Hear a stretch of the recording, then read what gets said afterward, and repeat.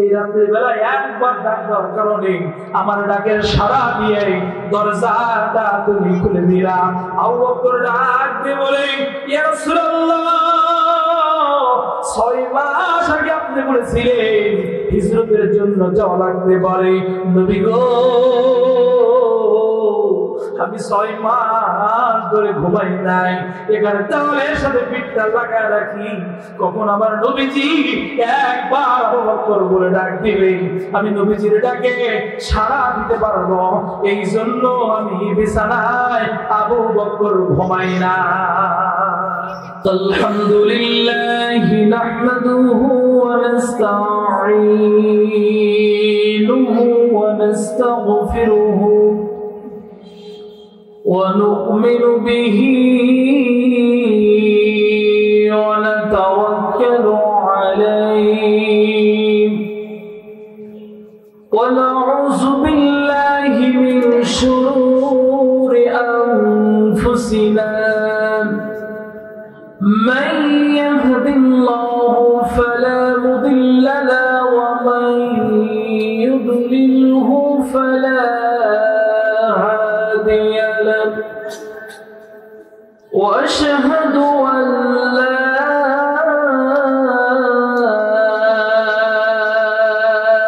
إله إلا الله وأشهد أن مولانا محمدا عبده ورسوله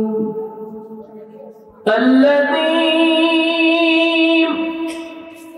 أرسله بالحق بشيرا ونذيرا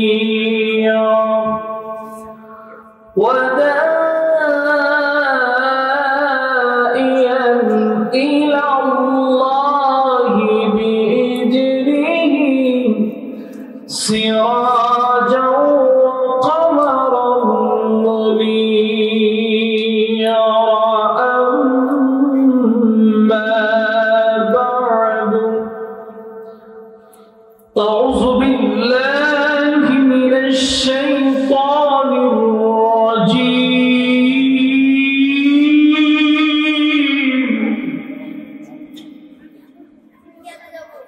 بسم الله الرحمن الرحيم.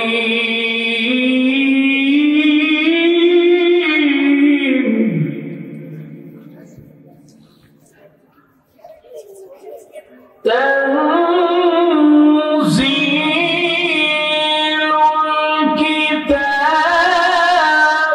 من الله العزيز الحكيم.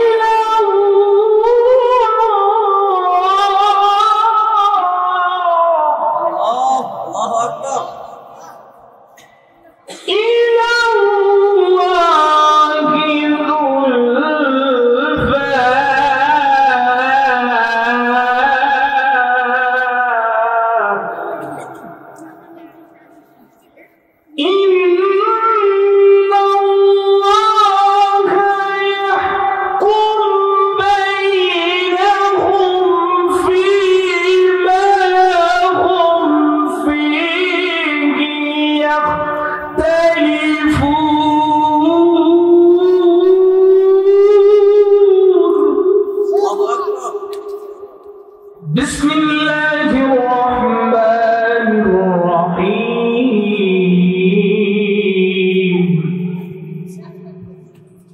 وإذ يمكروا بك الذين كفروا ليثبتوك أو يقتلوك أو يخرجوك ويمكرون ويمكر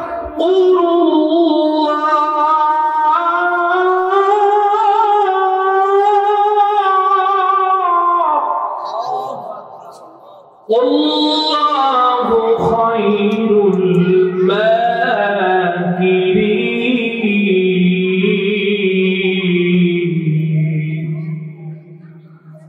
قال النبي صلى الله عليه وسلم ما من شافعين أفضل المنزلة عند الله يوم القيامة من القرآن لا نبي لا مالك لا ضعيف أو كما قال عليه الصلاة والسلام.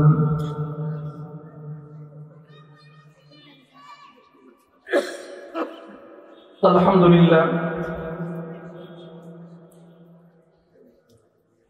মারিফুল কোরআন academy Rajshahi Aliganj শাখার উদ্যোগে দ্বিতীয় বার্ষিকী ইসলামী মহাসম্মেলন, এই সম্মেলনের সম্মানিত প্রধান অতিথি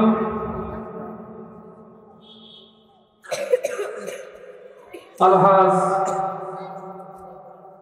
মাওলানা রুহুল আমিন, আল্লাহ তাআলা হুজুরকে কোরআনের জন্য ইসলামের জন্য যেন কবুল করে নেয়, আমরা সকলে বলি আল্লাহুম্মা আমিন। এবং আজকের মাহফিলের সম্মানিত প্রধান বক্তা মাওলানা এফএম ইসমাইল আলম আল হাসানি, হুজুরকে যেন আল্লাহ তাআলা কোরআনের জন্য কবুল করে নেয়, সকলে বলি আমিন। আমার সময় কম থাকার কারণে এই পোস্টারে যতগুলো মানুষের নাম আছে আল্লাহ তাআলা যেন সবাইকে কোরআনের জন্য ইসলামের জন্য যেন কবুল করে নেয়, আমরা সকলে বলি আল্লাহুম্মা আমিন। আমি ভূমিকা ছাড়াই আপনাদের মাঝে কয়েকটি কথা বলবো, আলোচনা শুনবেন তো ইনশাআল্লাহ। আমার ভাইরা, বিশ্বনবী জনাবে মুহাম্মদ রাসূলুল্লাহ সাল্লাল্লাহু আলাইহি ওয়াসাল্লাম বললেন, ও আমার সাথীর লোকেরা, একটা বারের জন্য বলো কুলু লা ইলাহা ইল্লাল্লাহ। সঙ্গে সঙ্গে আবু জেহেল ডাক দিয়ে বলে, তাব্বাল্লাকা ইয়া মুহাম্মদ আলি হাজা জামাতানা, তুমি কি চাও আমাদের শত্রু হয়ে যেতে, দুশমন হয়ে যেতে?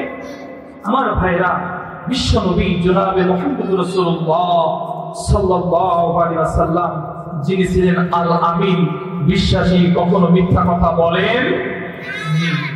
শুধুমাত্র কালেমার দাওয়াত দেওয়ার কারণে আমার নবীজিকে এই দুনিয়া থেকে চিরতরে বিদায় করে দেওয়ার জন্য ওই সমস্ত কাফের আবু জেহেলরা চেষ্টা করেছে বারবার, কিন্তু আমার আল্লাহ রাব্বুল আলামিন কাফেরদের হাত থেকে বিশ্বনবী জনাবে মুহাম্মদ রাসূলুল্লাহ সাল্লাল্লাহু আলাইহি ওয়াসাল্লামকে রক্ষা করেছেন। কথা বলেন ঠিক কিনা? আমার ভাইরা, আমরা দেখেছি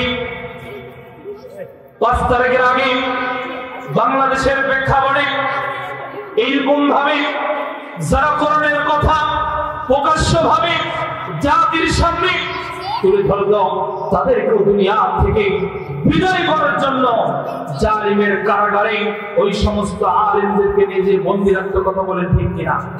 তবে পরিবেশ এসেছে, বিশ্বনবী যখন বললেন জাতির লোকেরা একটাবারের জন্য বলো কুলু লা ইলাহা ইল্লাল্লাহ, সঙ্গে সঙ্গে আবু জেহেলরা কিন্তু অপর দিক থেকে বলেছিল যে তাব্বাল্লাকা ইয়া মুহাম্মদ আলি হাজা জামাতানা, তুমি কি চাও আমাদের শত্রু হয়ে যেতে, দুশমন হয়ে যেতে?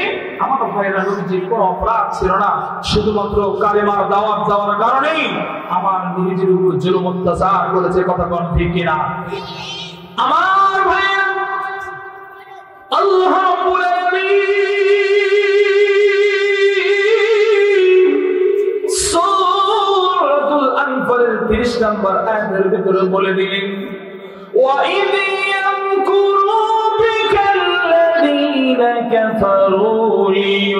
ইউসবিতুকা আও ইয়াকতুলুকা আও ইখরিজুকা ওয়া ইয়ানকুরুনা ওয়া ইয়ানকুরুল্লাহ।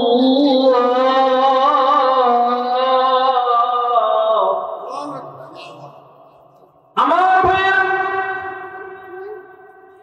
আল্লাহ তাআলা নবীজিকে এই আয়াতের মাধ্যমে জানিয়ে দিলেন, আর সেই সময়টির কথা স্মরণ করে দাও যখন কাফেররা তোমার বিরুদ্ধে ষড়যন্ত্র করে, তোমাকে ষড়যন্ত্র করে এই জমিন থেকে চিরদিনের জন্য বিদায়ের ষড়যন্ত্র তারা করেছে। আমার ভাইয়া, আল্লাহর নবীর বিরুদ্ধে আবু জাহেল বলবেন মুগীরাকে ডাকতে, বলে মুগীরা রে,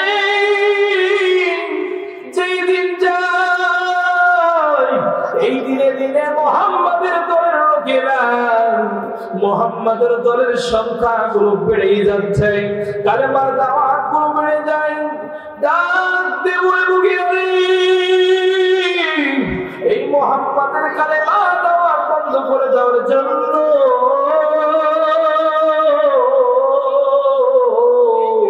সবাইকে এক জায়গায় একত্রিত করে ডাকো, যেখানে সবাই সিদ্ধান্ত নিয়া এই মুহাম্মদকে চিরদিনের জন্য এই দুনিয়া থেকে বিদায় করে দেব। আমার ভাইয়া, ওলীদ বিন মুগীরা সবাইকে দাওয়াত দেয়, আজকে রাতের বেলা মুহাম্মাদের বিরুদ্ধে একসাথে দেওয়া হবে, মুহাম্মদকে হত্যার ষড়যন্ত্র করা হবে। কে কোথায় আছো? আজকে সবাই একত্রিত হবা, মুহাম্মদকে দুনিয়া থেকে বিদায় করার ষড়যন্ত্র করা হবে। আমার ভাইয়া, ওই সময় আবু জেহেল আল্লাহর নবীর বিরুদ্ধে ষড়যন্ত্র করেছিল। আর আমরা 5 তারিখের আগে দেখেছি বাংলাদেশে সেই জালেম ছিলেন, ওই জালেম আলেমদের বিরুদ্ধে একইভাবে ষড়যন্ত্র, বলেন কথা ঠিক কিনা? আমার ভাইয়া, ইবলিস শয়তান বিশাল পুরোকারের জুব্বা ডুবে পড়িয়া আবু জেহেলকে ডাক দিয়ে যখন বলতেছেন, আমি একজন রাস্তাবাসী, আমি রাস্তা থেকে এসেছি, তোমরা যে মুহাম্মাদের বিরুদ্ধে আজকে রাতের বেলা সবাইকে একত্রিত করে ডেকেছ, এই মুহাম্মদ সে যেন কোনো কথা বলে নাই, মুহাম্মাদের মুখের বৃষ্টি বৃষ্টি কথা, ও আবু জেহেল, আমি মুহাম্মাদের বিরুদ্ধে চক্রান্ত করার জন্য, এই ষড়যন্ত্রের শামিল হওয়ার জন্য আমি এই জায়গাতে এসেছি। এইবার আবু জেহেল ইবলিস শয়তান চেয়ারের ব্যবস্থা করে দিলেন। আমার ভাইয়ের সময় কম থাকার কারণে অল্প সময়ের ভিতরে কথাগুলো ফিনিশিং দিয়ে আমার আলোচনা শেষ করে দেব। আমার ভাইয়েরা, সবাই যখন একত্রিত হয়ে গেল, একত্রিত হওয়ার পরে আবু জেহেল ডাক দিয়ে বলে, মক্কাবাসীরা শোনো, এই মুহাম্মদ আমার বাপ দাদার ধর্মের বিরুদ্ধে কথা বলতেছে, মূর্তি পূজার বিপক্ষে বিপক্ষে কথাগুলো বলতেছে। এই মুহাম্মাদের মুখের কালেমার দাওয়াতটা বন্ধ করতে হবে। মুহাম্মাদের মুখের কালেমার দাওয়াত যদি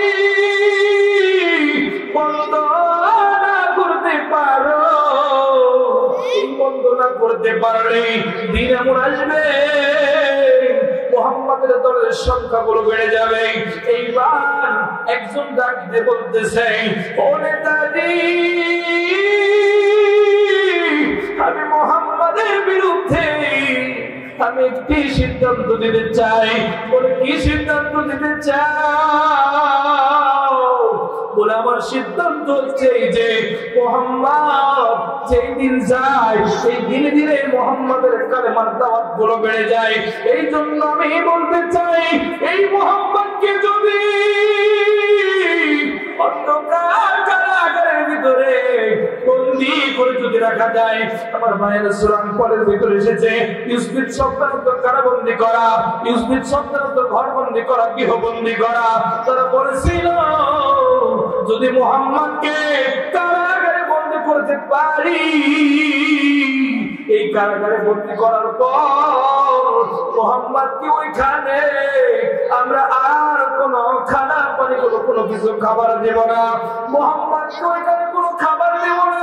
খাবার যদি না দিই, এই মুহাম্মদ খানা না খেয়ে একদিন কারাগারের ভিতরে মুহাম্মদ দুনিয়া ছেড়ে বিদায় নিয়ে চলে যাবে, তাহলে আর কালেমা দাওয়াত দেওয়ার মতন কেউ থাকবে না। আমার ভাইয়ের এই কথাটা যখনই বললেন, সঙ্গে সঙ্গে অপোজিট থেকে ইবলিস শয়তান ডাক দিয়ে বলতেছে না না না না না না, মুহাম্মদকে কারাগারে বন্দী করতে পারবে না। আবু জেহেলকে ডাক দিয়ে বলে, আবু জেহেল, এই মুহাম্মদকে যদি কারাগারে যদি বন্দী করো, মুহাম্মাদের মিষ্টি মিষ্টি কথা, মুহাম্মাদের কালেমার দাওয়াত পেয়ে যারা ইসলাম গ্রহণ করে নিয়েছে, যারা যখন শুনবে মুহাম্মদকে কারাগারে বন্দী করা আছে, ও আবু জেহেল, সবাই বলবে জেলের তালা ভাঙবো, মুহাম্মদকে কারাগার থেকে বের করে আনবো। তুমি যে অবৈধ চেয়ারে বসে আছো, তুমি আর অবৈধ চেয়ারে অবৈধ ভাবে আর বসে থাকতে পারবে না। অতএব নিজের চেয়ার রক্ষা করতে চাও, তাহলে মুহাম্মদকে কারাগারে বন্দী করা যাবে না। আমার ভাইয়েরা, এইবার একজন ব্যক্তি ডাকতে বলতেছেন, আমি একটি পরামর্শ দিতে চাই। আবু জেহেল বলেন, কি পরামর্শ দিতে চাও? বলে, মুহাম্মদকে যদি কারাগারে বন্দী না করতে পারি, আমার সিদ্ধান্ত হচ্ছে যে মুহাম্মদকে এই দেশ থেকে আমরা চিরদিনের জন্য তাড়িয়ে দেব। আর যেই দেশে মুহাম্মদ যাবে, ওই দেশে খাবার না খেয়ে খেয়ে মুহাম্মদ ওইখানে মারা যাবে। এই জন্য মুহাম্মদকে আমরা দেশ থেকে তাড়িয়ে দিতে চাই। আমার ভাইয়ের, আবার ইবলিস শয়তান দাঁড়িয়ে যে ডাকতে বলতেছে, না না না না, ও নেতাজি, এই কাজ করা যাবে না। বলে, কেন করা যাবে না? বলে, মুহাম্মদকে যদি কারাগারে বন্দী করলে যেমন তেলের তালা ভাঙবে, মুহাম্মদকে বাইর করে আনবে। এই জন্য মুহাম্মদকে যদি কারাগারে না দেওয়া হয়, এমনি ভাবে মুহাম্মদকে দেশ থেকে তাড়িয়ে দেওয়া যাবে না। ডাক্তার বলে, আবু জেহেল, মুহাম্মদকে যদি দেশ থেকে যদি তাড়িয়ে দাও, মুহাম্মদ যেই দেশে যাবে, ওই দেশে যাওয়ার পরে মুহাম্মদ কালেমা থেকে কালেমা দাওয়াত গুলো দেবে। এই কালেমা দাওয়াত দেওয়ার কারণে ও আবু জেহেল, এই মুহাম্মদের মুখের কথাগুলো মিষ্টি মিষ্টি কথা, এই কালেমার দাওয়াত গুলো শুনতে পাওয়ার কারণে সবাই যখন তার হাতে হাত রেখে কালেমা পড়ে মুসলমান যখন হয়ে যাবে, সবাই মিলে তোমার চেয়ার, তুমি যে অবৈধ চেয়ারে বসে আছো, আবু জেহেল, তোমাকে ওইখানে যখন কালেমার দাওয়াত দিয়ে তার দলের সংখ্যা গুলো বেড়েই যাবে, তারা এসে তোমাকে আক্রমণ করবে, আর তোমার অবৈধ চেয়ার তোমার কাছ থেকে ছেড়ে দেবে। তুমি টিকে থাকতে পারবে না। যদি অবৈধভাবে টিকে থাকতে চাও, তাহলে মুহাম্মদকে দেশ থেকে তাড়িয়ে দেওয়া যাবে না। আমার ভাইয়েরা, দেশ থেকে যখন তাড়িয়ে দেওয়া যাবে না, এইবার আবু জেহেল টেনশন নিয়ে দাঁড়িয়ে গেলেন, বলে আরে কি করা যায়, মুহাম্মদকে তো আমরা কারাগারে বন্দী করতে পারবো না, মুহাম্মদকে যদি কারাগারে বন্দী যদি না করতে পারি তাহলে মুহাম্মদকে তো আমরা দেশ থেকে তাড়িয়ে দিতে পারবো না। এইবার সমস্ত কুরাইশ ব্যক্তিদেরকে, কুরাইশের সমস্ত ব্যক্তিদেরকে বলতেছেন, তোমরা সবাই শোনো, আমি নেতাজি আবু জেহেল আমি একটি সিদ্ধান্ত দিতে চাই। বলে কি সিদ্ধান্ত দিতে চাও? বলে আমার সিদ্ধান্ত আছে এই যে আজকে রাত্রে বেলা মুহাম্মাদের বাড়ি ঘেরাও করব, আর মুহাম্মদকে খোলা দরবারে দিয়া হত্যা করিয়া এই দুনিয়া থেকে চিরদিনের জন্য মুহাম্মদকে বাহির করে দিব। আজকে রাত্রে বেলা মুহাম্মদকে হত্যা করার জন্য চারিদিকে ঘেরাও করে খোলা তরবারি দিয়ে হত্যা করে এই দুনিয়া থেকে তার চিরতরে বিদায় করে দেব। আমার ভাইয়েরা, এরকম ভাবে আবু জেহেল ষড়যন্ত্র যখন করছেন, এমন তো সময় আমার আল্লাহ রাব্বুল আলামিন যখন দেখা যায় বিশ্বনবীর বিরুদ্ধে তারা যখন এই ষড়যন্ত্র সিদ্ধান্তগুলো যখন নিল, আমার ভাইয়েরা, আল্লাহ তাআলা সূরা ফালের 30 নম্বর আয়াতের ভিতরে জানিয়ে দিয়েছেন সেই সময়টির কথা স্মরণ করো। সময়টি কোন সময় ছিল? আমার ভাইয়েরা, যে সময় আল্লাহর নবীজিকে হত্যার জন্য আবু জেহেল এই সিদ্ধান্তটা যখন নিয়ে নিল, আমার নবীজি রাত্রে বেলা হিজরতের জন্য বাড়ি থেকে বের হবে। এমন তো সময় আমার আল্লাহ জিবরিলকে ডাক দিয়ে বলে, জিবরিল আমার বন্ধুকে আজকে রাত্রে বেলা একটা মুষ্টি বালু নিয়ে এই বালুটা যেন সমস্ত কাফেরদের চোখের ভিতরে যেন ছিটিয়ে দেয়। আমার ভাইয়েরা, আমার নবীজি সূরাতুল ইয়াসিন থেকে যখন তেলাওয়াত করে ওই বাড়ির ভিতরে যখন ফু দেয়, এই ফু দেওয়ার কারণে বাড়িটা যখন ফু দেওয়ার পরে আল্লাহর নবীজি বাড়ির ভিতর থেকে বাড়িটা যখন চারিদিকে যখন ছিটিয়ে দিলেন, এমন তো সময় আমার নবীজি বাড়িটা ছিটিয়ে দেওয়ার কারণে আল্লাহ তাআলার কুদরতের মাধ্যমে সমস্ত কাফেরদের চোখের ভিতর বালিগুলো পড়ে গেলে, আমার ভাইরা, আমার নবীজি কাফেররা যখন চোখগুলো যখন নড়তে শুরু করলো, আমার নবীজিকে আল্লাহ তাআলা নিরাপদ ওইখান থেকে যখন বের করে যখন নিয়ে চলে গেলেন, যাওয়ার পরে আমার নবীজি হযরত আবু বকর রাদিয়াল্লাহু তাআলা আনহুর দরজার কাছে একবার ডাক দিয়েছেন, আবু বকরকে দুইবার ডাক দেওয়া লাগে না।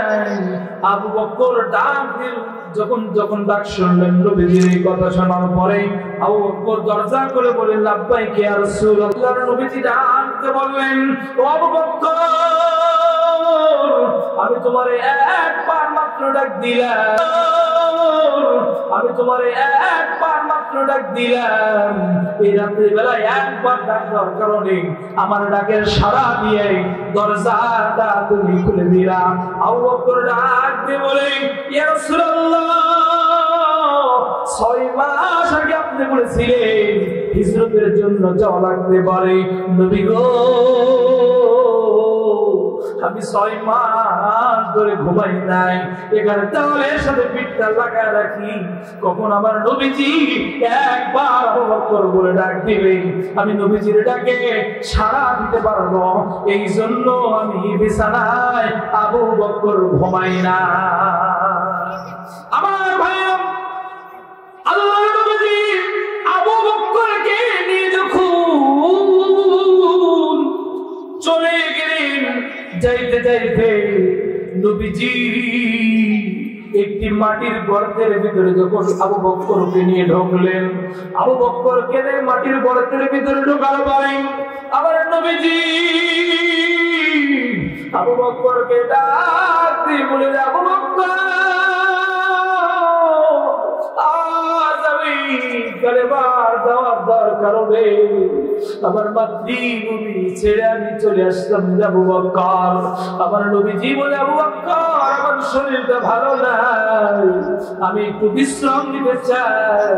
এই কথাটা বলিয়া হযরত আবু বকরের কোলের উপর মাথা রাখিয়া নবীজি আমার যখন একটু ঘুমায় গেলেন, হযরত আবু বকর দেখতেছেন ওই গর্তের ভিতরে ছিদ্র ছিদ্র ফুটা দিয়ে যখন ভিতর থেকে আলো পুরো যখন উপর থেকে ভিতরে যখন চলে আসে, সমস্ত ছিদ্রগুলো মুছে দেয়। সমস্ত ছিদ্র মুছানোর পরে একটা ছিদ্র মুছানোর জন্য তেমন কিছু নাই, না থাকার কারণে হযরত আবু বকর পাটা ওইখানে লাগায় রাখছে। ওইখানে লাগায় থাকার কারণে একটি বিষাক্ত সাপ ওই সাপটা পায়ের উপর দর্শন করছে। আবু বকর শরীরটা নীল হয়ে গেছে। হযরত আবু বকর কান্না করতেছে, চোখের পানি গড়ায় গড়ায় পড়ে।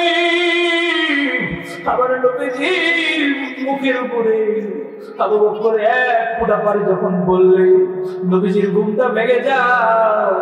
আবু বকরকে ডাক দিয়ে বলে, আবু বকর তোমার কি স্ত্রীর সন্তানের কথা মনে পড়ছে, এই জন্য তুমি কান্না করেছ? হযরত আবু বকর ডাক দিয়ে বলতেছেন, ইয়া রাসূলুল্লাহ আমি আপনার জন্য আমার জান কুরবানি দিতে পারি, আমার স্ত্রী সন্তানের জন্য আমার কোনো চিন্তা হয় না, টেনশন হয় না।